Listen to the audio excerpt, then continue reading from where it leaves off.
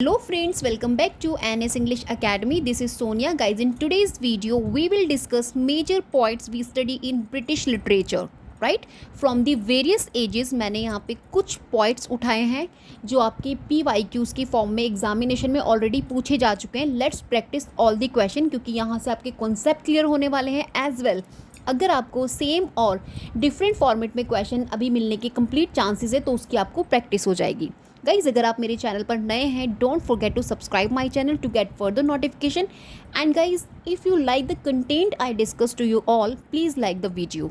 चलिए, without having much time I start my first question from Christopher Marlowe. Christopher Marlowe, hero and Leander, इनका जो ये poem है can be classified. इसको classified किस में किया है? Answer we have option number C, which इपीलियन.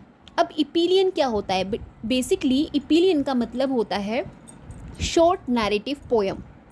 Short but narrative poem. Okay, इसको एक इपिक स्टाइल में लिखा गया है and this is classified into epyllion. एक शॉर्ट नैरेटिव पोयम है. मैं आपको बता दूं, क्रिस्टोफर मार्लो का ये एक नैरेटिव पोयम है. 1593 में बेसिकली इसको लिखा गया था, written in 1593 and published 1598 posthumously after the death of Christopher Marlowe. क्योंकि जो क्रिस्टोफर मार्लो है इनकी डेथ हो जाती है 1593 में और इनका ये एक अनफिनिश्ड वर्क है. एंड गाइज, इस पोयम को बाद में कंप्लीट किया गया था जॉर्ज चैपमैन के थ्रू.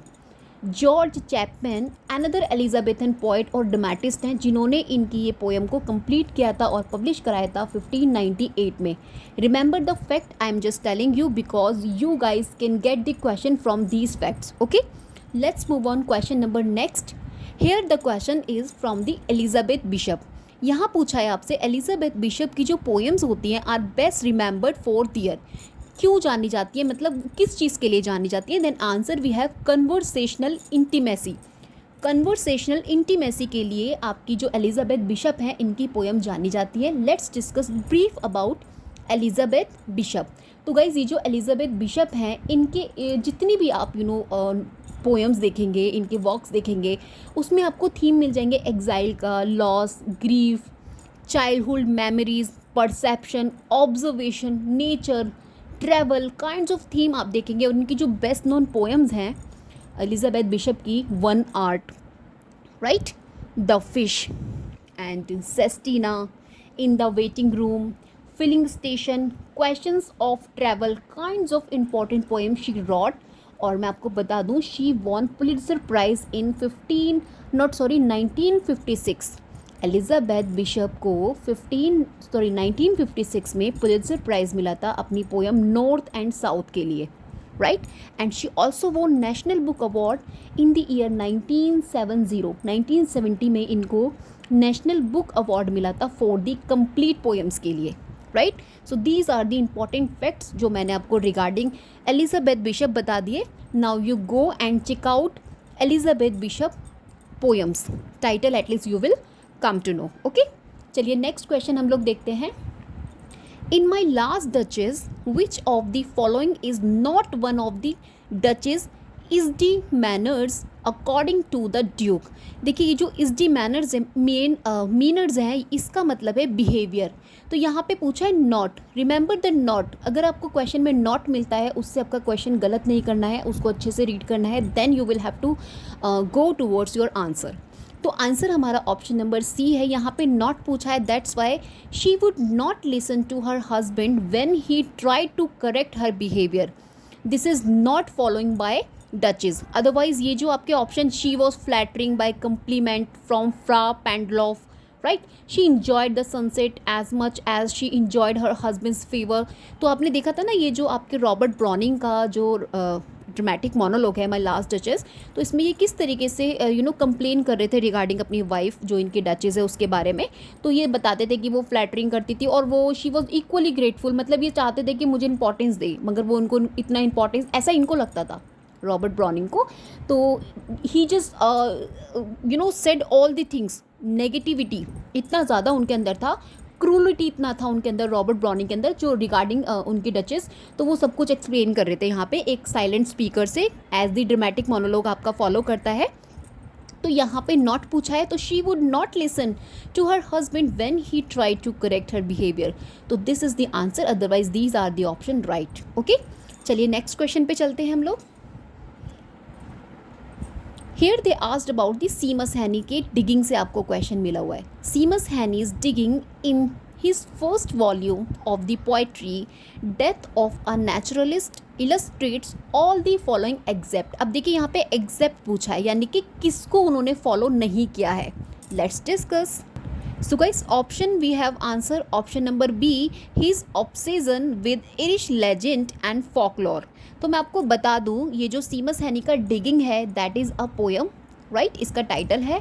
सीमस हैनी ने इसको 1966 द ईयर 1966 में इसको पब्लिश कराया था अपने first major collection death of naturalist. ये इनका कलेक्शन था, poetry collection death of a naturalist. इसमें इनका डिगिंग पोएम था, टाइटल था पोएम का। ये एक फ्री वर्ड्स पोएम है जिसमें 31 लाइंस हैं। इर्रेगुलर स्टैंजास को स्ट्रक्चर किया गया है इस पर्टिकुलर पोएम के अंदर, और कहीं ना कहीं इसमें रिस्पेक्टफुल, इंट्रोस्पेक्टिव और रिफ्लेक्टिव एज ए टोन आपको दिखाया गया है, राइट। तो यहाँ पे जो आपका आंसर बन रहा है एग्जैक्ट इन्होंने पूछा है his obsession with Irish legend and folklore. Okay, let's move on next question। Here they asked about in Langland's Pierre the Plowman Pierce appear finally as। जो लैंगलैंड का पियर द प्लोमैन है, तो गाइज यहाँ पे पूछा है कि पियर्स अपीयर फाइनली एज, जो पियर था फाइनली कैसे अपीयर हुआ था, तो आंसर भी है Jesus.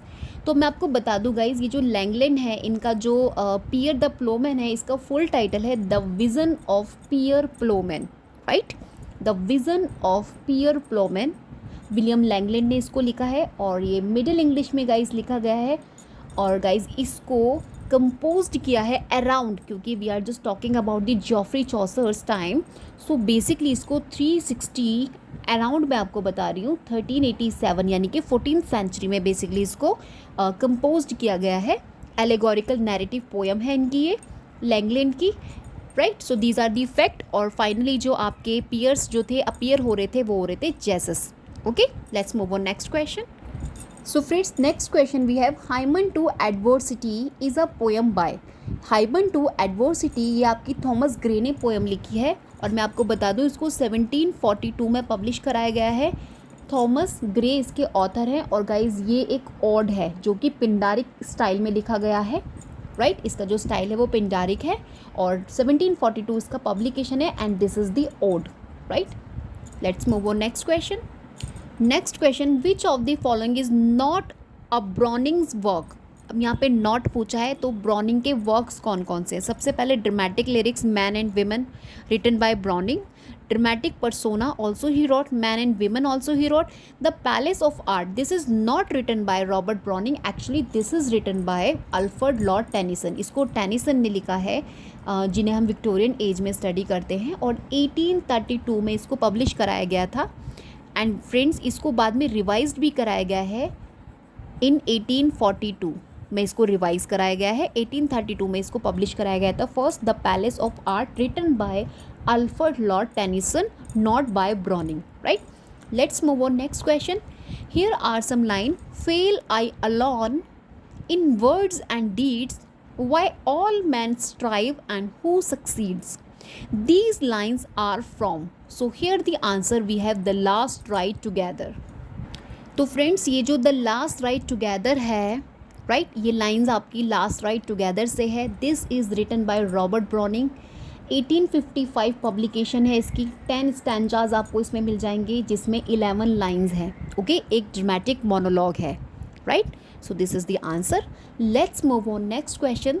The temple is a collection of poems by, जो टेम्पल है वो कौन सी is a collection of poems by option number C, George Herbert. So friends, George Herbert का है the temple is a collection of poems का collection है, जिसे इन्होंने 1633 यानी कि पोस्ट मसली ये पब्लिश हुआ था। रिलीजियस डिवोशनल पोइट्रीज़ हैं इसके अंदर, मेटाफिजिकल स्टाइल में लिखा गया है, और over 160 poems divided into sections, right. So these are the facts जो आपको याद रखने हैं regarding the temple collection by George Herbert. Next question we have, I am the enemy you killed my friend I knew you in this dark. The above lines are taken from. So lines आपकी strange meeting से आई है. Strange meeting.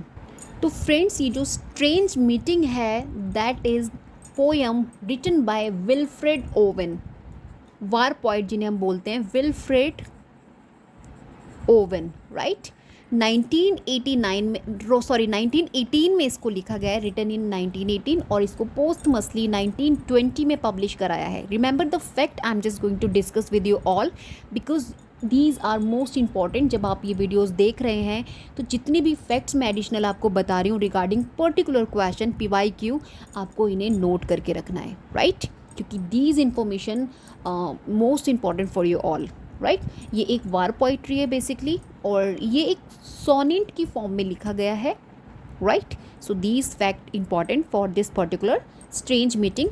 Wilfred Owen ने लिखा है, वार poet हैं, right, और इसको रिटर्न किया गया है 1918 में एंड इट पब्लिश 1920. और these are the lines from particular strange meeting से आपको मिली हैं, पोएम से, एक मीन्स सोनेट से. अब देखिए आपको इस तरीके से लाइंस एग्जाम में मिलेंगी, तो अभी आपको इन सभी लाइंस को अपने माइंड में सस्टेन करके रखना है क्योंकि एग्ज़ाम में रिपीट होती हैं. लाइंस भी अक्सर एग्जाम में रिपीट होती हैं, मीन्स आपको इस तरीके से फ्रेम होते हैं क्वेश्चन. यहाँ पे मैं आपको मिक्स क्वेश्चन करा रही हूँ, नो मैचिंग, नो क्रोनोलॉजी.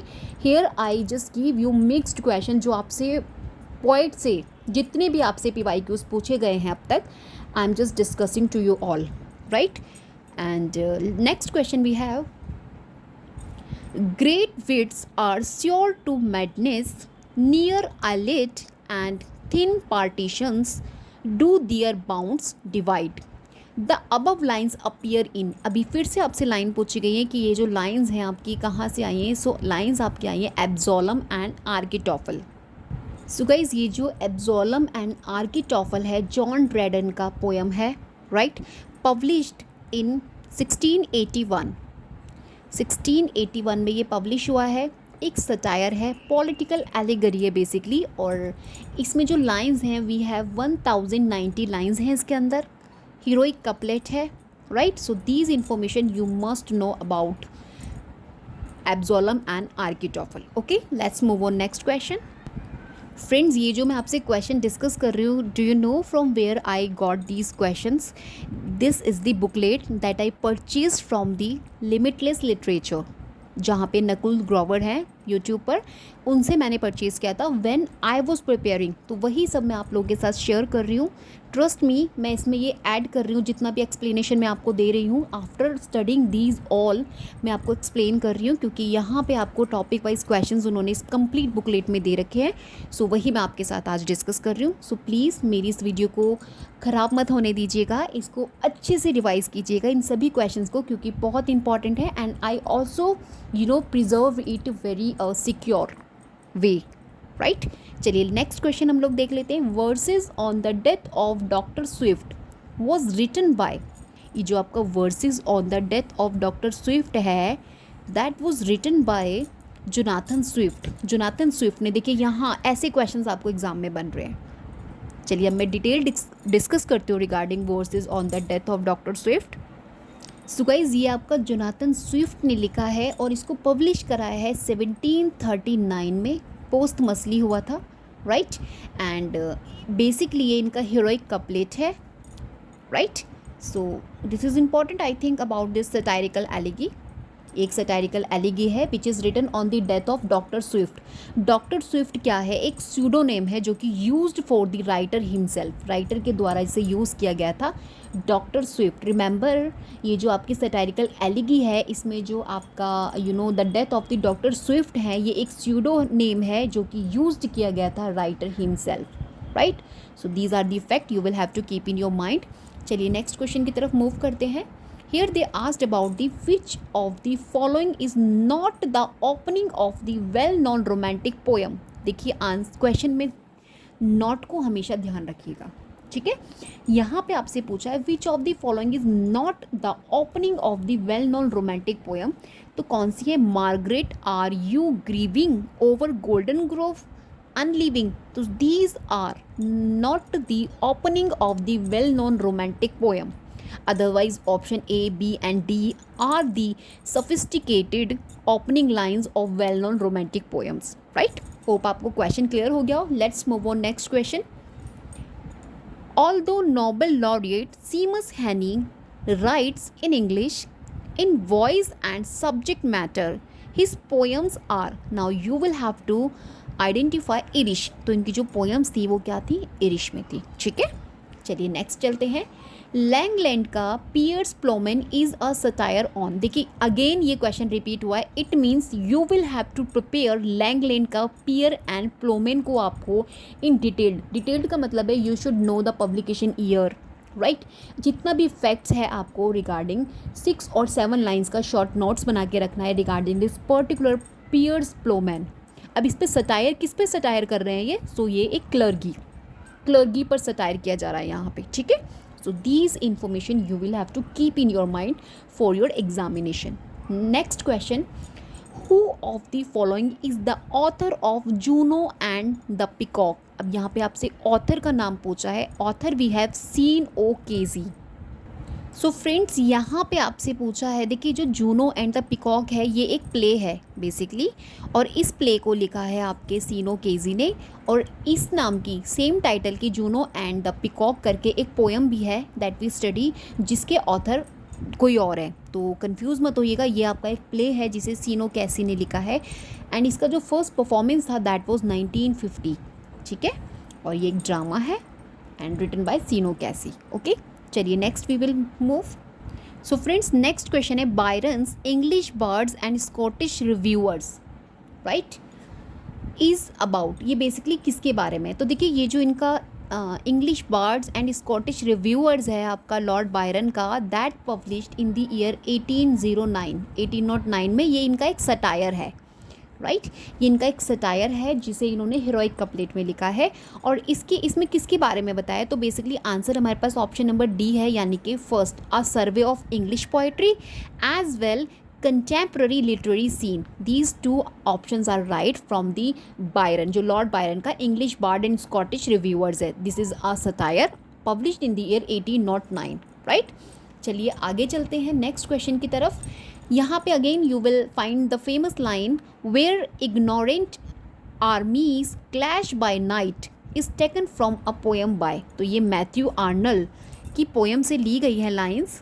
और गाइज मैथ्यू आर्नल्ड की डॉबर बीच, जो इनकी मोस्ट इम्पॉर्टेंट वर्क है, डॉबर बीच, इनकी जो मीन्स क्या है ये Dover Beach? This is the lyric poem. इनका एक लिरिक पोएम है ये मैथ्यू आर्नल्ड का.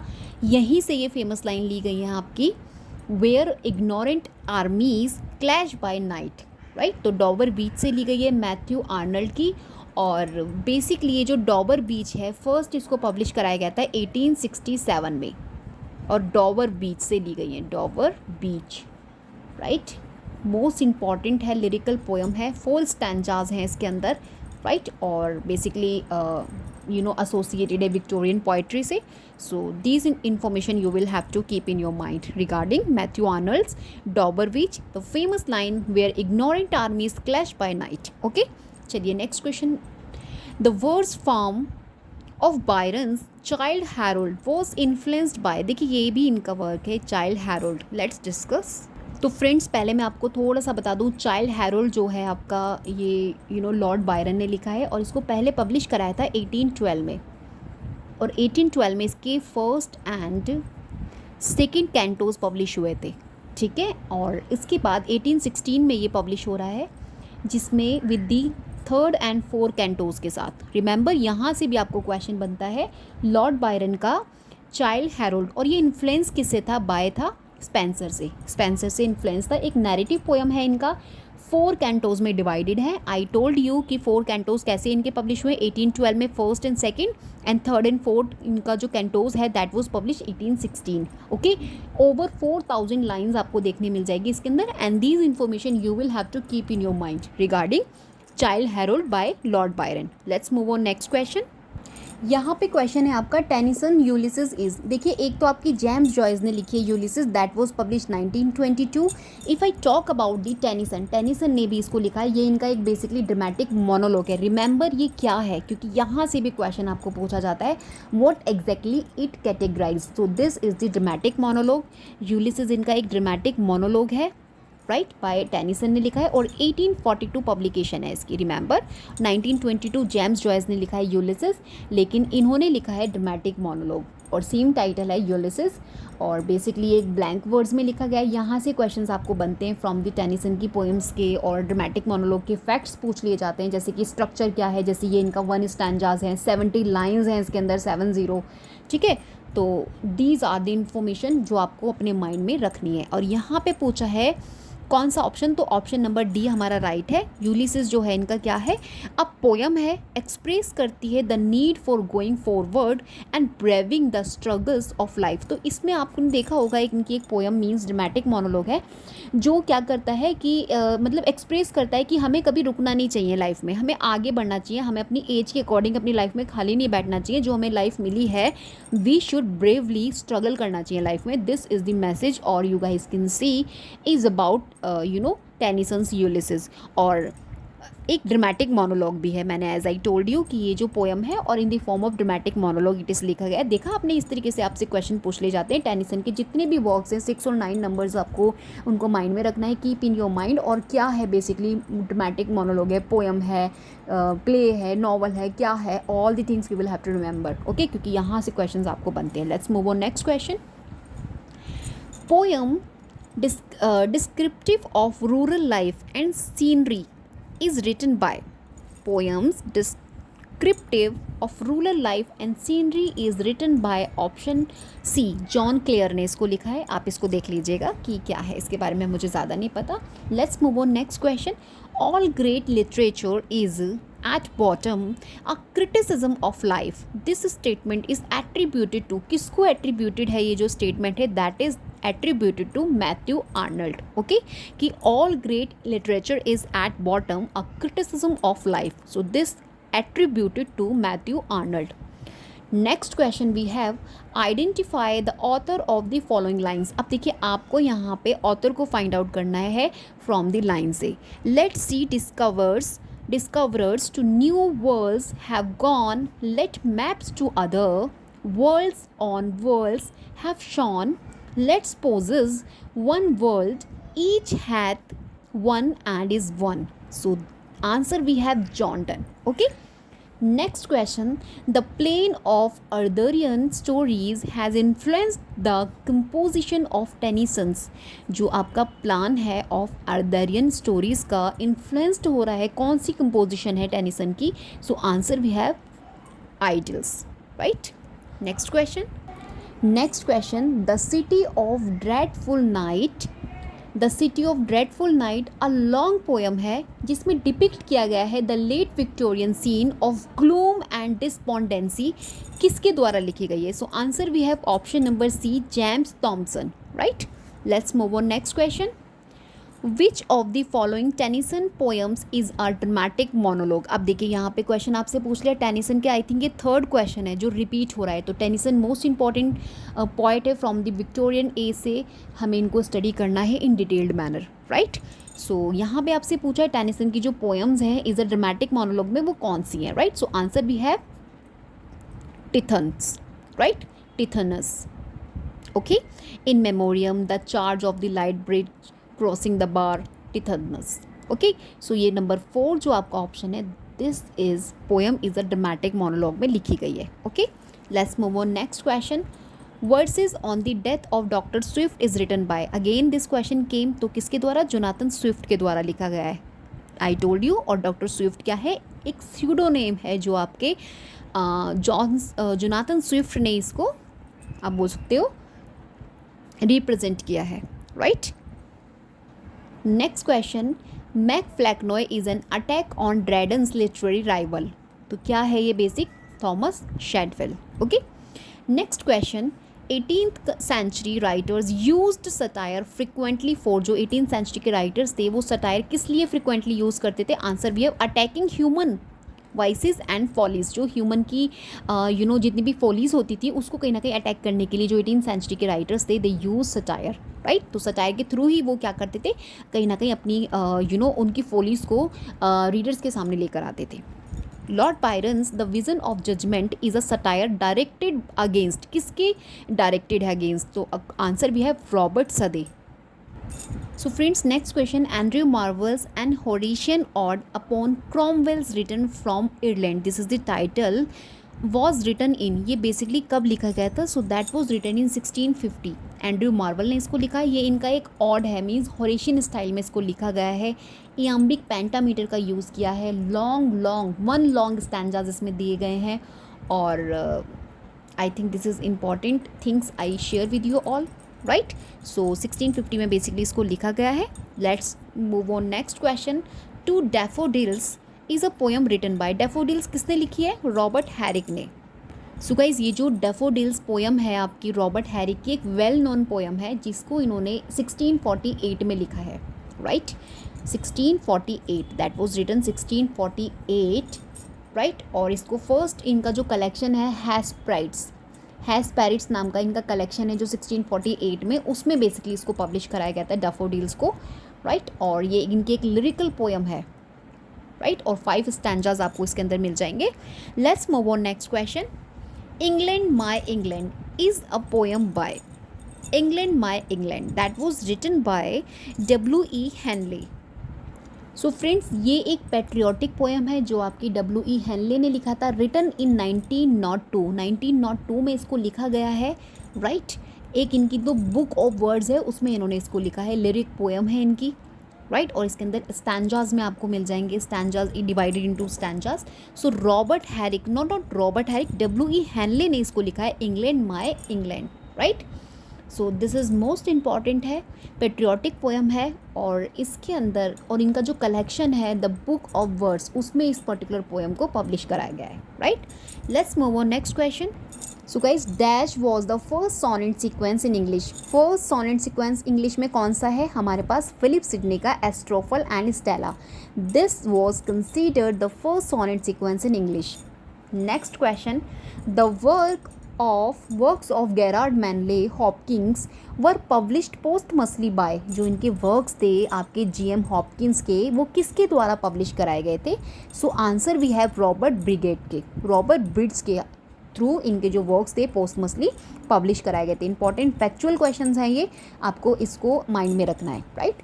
जॉन ड्रेडन का एब्सोलम एंड आर्किटोफल क्या है ये, that is a political allegory. I discussed before, जब ये क्वेश्चन अभी रिपीट हुआ है अगेन, जॉन ड्रेडन का एब्सोलम एंड आर्किटोफल, तो ये इनका एक पॉलिटिकल एलिगरी है।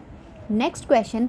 Name the poet who chooses his successor and the successor poet whom Dryden satirized in his famous poem, कौन सी पोएम में, Richard Flecknoe, the Thomas Shadwell, right.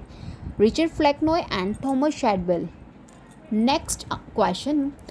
Thomas Love Peacock classified poetry into 4 periods, कौन से 4 periods में आपके Thomas Love peacock ने अपनी poetries को क्लासिफाइड किया है, नॉट अपनी, मतलब पोएट्री को इन्होंने क्लासिफाइड किया है। So answer we have iron, gold, silver and brass, iron, gold, silver and brass, IGSB,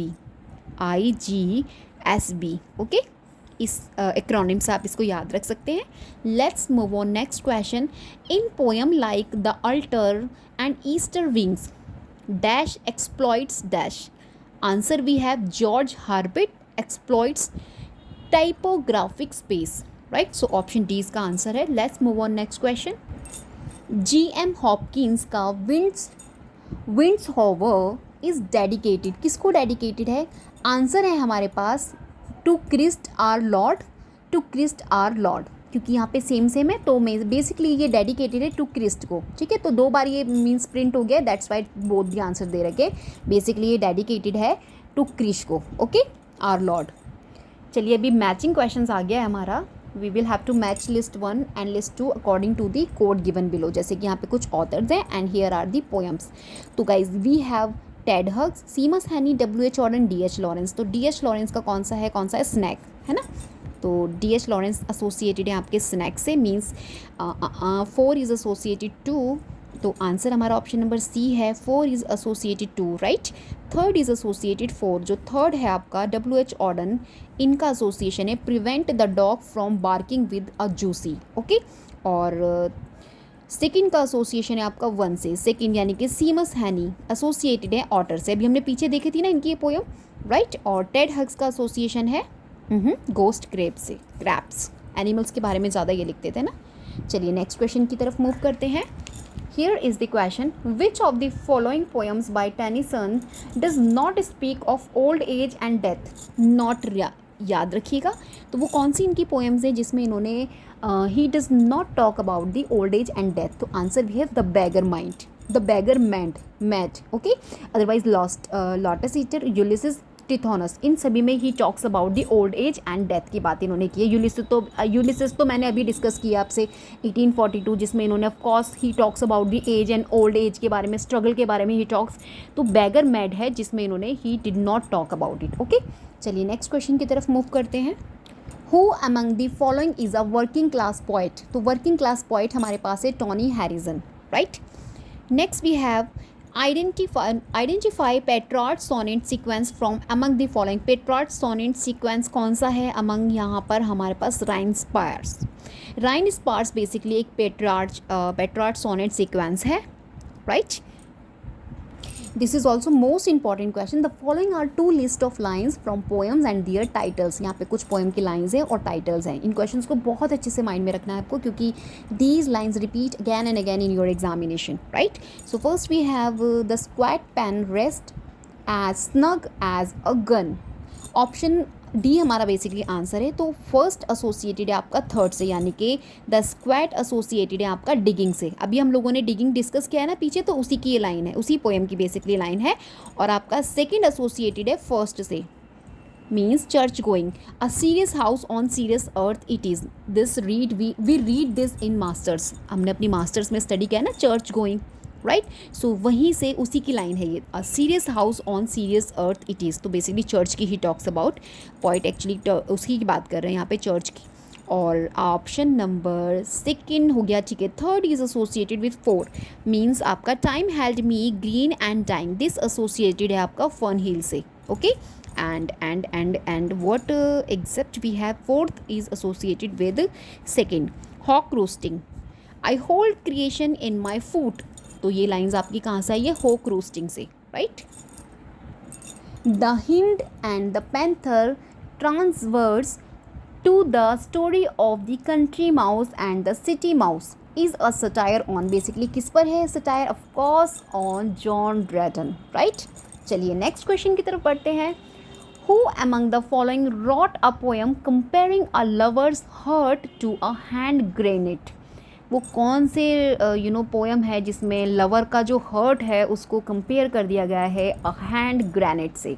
so answer we have Abraham Cowley, right. चलिए अब्राहम कॉले की मीन्स पोएम है, the old order changeth yielding place to new is from. कहाँ से आई है ये? Idols of the king से, ठीक है। Next question we have, which of these following facts is not true of Spencer. अब देखिए नॉट पूछा है तो answer we have, he opposed England's break with the Roman Catholic church. ये एक रॉन्ग स्टेटमेंट है, otherwise A B and D are the right statements. इनको एक बार रीड कर लीजिएगा, क्योंकि क्वेश्चन में नेक्स्ट टाइम वो अनदर तरीके से फॉर्मेट करके आपको दे सकते हैं, right.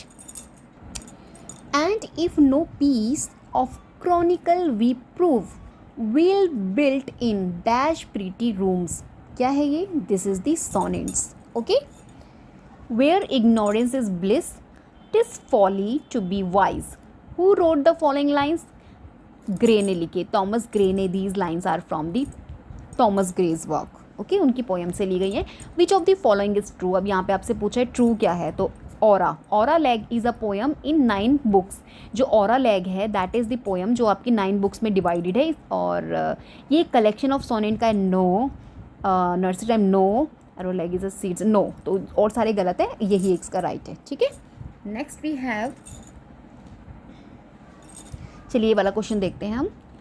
Which of these is not a pastoral elegy. अब देखिए नॉट पूछा है, पेस्टोरल एलिगी नहीं है, so no no no, in memoriam जो है आपका that is not a pastoral elegy. Okay, otherwise Lycidas, Thyrsis, Adonais, these are pastoral elegy on the death of someone loved, जिसे आप प्यार करते हैं या बहुत ज़्यादा टर्स्ड है, उनकी मेमोरी में जो लिखी जाती है बेसिकली पेस्टोरल एलिगी। ठीक है, तो let's move on. Next question, which of the following is not true of the Byronic hero. Byronic hero में क्या चीज़ है जो सही नहीं है? सो रिपेंट करना, that is not true of the Byronic hero. Next question, who among the following poets compared human tears to love's wine. Love's wine से ह्यूमन के टीयर्स को कंपेयर करने वाला पोइट हमारे पास है John done, right. Next question, in which of the following stories does Rudyard Kipling present a newspaper editor who recounts his dealings with a couple of loafers. So answer we have the man who would be king, right. चलिए next question की ओर move करते हैं। Samuel Johnson wrote London in imitation of, किसकी imitation किया है इन्होंने London में? So answer we have juvenile.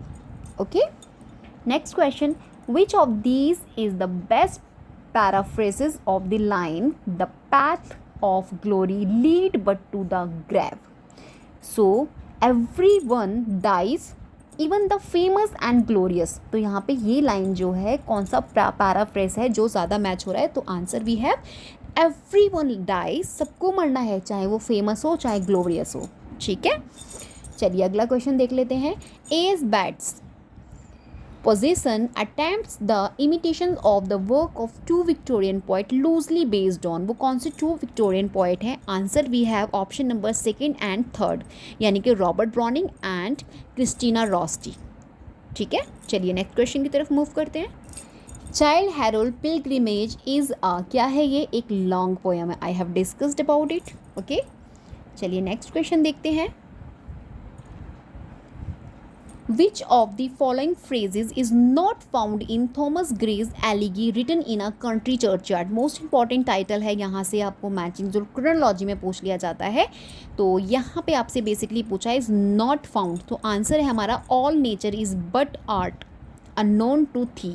ठीक है, तो this is the answer. Next question we have Robert Browning Rabbi Ben Ezra. Rabbi Ben Ezra is a defence of, किसका defence है ये? Old age against youth, youth के against जो old age है उसका डिफेंस हो रहा है पर्टिकुलर राबी बैन इजरा में by Robert Browning. Okay, next question, who among the following translated Homer. Homer को किसने ट्रांसलेट किया? अलेक्जेंडर पॉप ने, right. In which poem does Matthew Arnold express the dilemma of wandering between two worlds, one dead the other powerless to be born. तो किसमें इन्होंने इस dilemma को express किया है? So answer we have stanzas from the Grande Chartreuse. देखिए यहाँ पे और भी इनके वर्क्स लिखे हुए हैं, तो उनको भी आप Dover Beach, to are, Republican friends और सेल्फ डिपेंडेंस देख लीजिएगा। अदरवाइज जो इन्होंने जिसमें डिलेमा को एक्सप्रेस किया है that was stanzas from the Grande चार्टरस।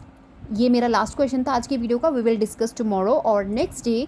आपको मुझे बताना है फ्रेंड्स कि ये जो मेरा आज का वीडियो है और the content I provide you, do you satisfied with it? Otherwise मैं आपको जो जैसे मैं आपको प्रीवियस 100 टाइप्स ऑफ PYQs दिए मैंने, या मैं आपको वो कराऊँ?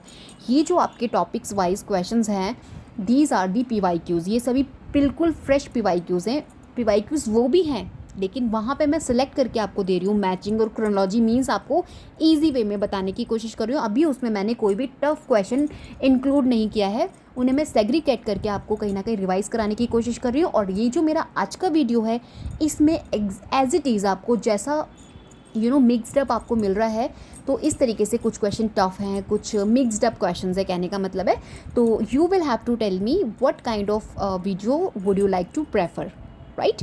आपको इस तरीके की वीडियो चाहिए, अदरवाइज़ मैं आपको सेग्रीगेट करके जो टॉपिक वाइज आपको मैं प्रोवाइड कर रही हूँ फ्रॉम दी इजी क्वेश्चंस मैं आपको अभी दे रही हूँ। क्योंकि अभी से अगर आप एकदम टफेस्ट क्वेश्चंस को सॉल्व करने लगेंगे तो आपका जो एक मोटिवेशन है वो कहीं ना कहीं डिक्रीज़ होने लगेगा, जो मैं नहीं चाहती।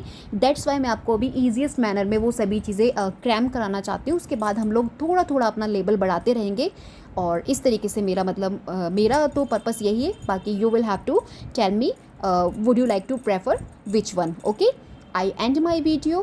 Please practice all the questions that I discussed to you all. I share most important topics wise questions to you all. इनको प्लीज़ आपको प्रिजर्व करके रखना है, अपने नोट्स में इंक्लूड करके रखना है, क्योंकि ये आपको इस तरीके के क्वेश्चन कहीं नहीं मिलने वाले. ट्रस्ट मी, जितना भी मेरा इंपॉर्टेंट नोट्स मैंने अपने पास कलेक्ट करके रखा था, मैं वन बाय वन करके आप लोगों के लिए शेयर करती जा रही हूँ विद द ग्रेट एक्सप्लेनेशन. जितना मैं एक्सप्लेन कर सकती हूँ, जिस भी क्वेश्चंस को, जिस भी पर्टिकुलर पोएम को मैं आपके साथ एक्सप्लेन करती हूँ, जितना भी इन्फॉर्मेशन मैं आपको दे सकती हूँ, I try to give my best. Okay, तो आपको प्लीज़ सपोर्ट करना है मेरे चैनल को, और अपने फ्रेंड्स को भी बोलिएगा कि please visit my channel and go through the videos also. Till then, bye bye, we will meet in next video.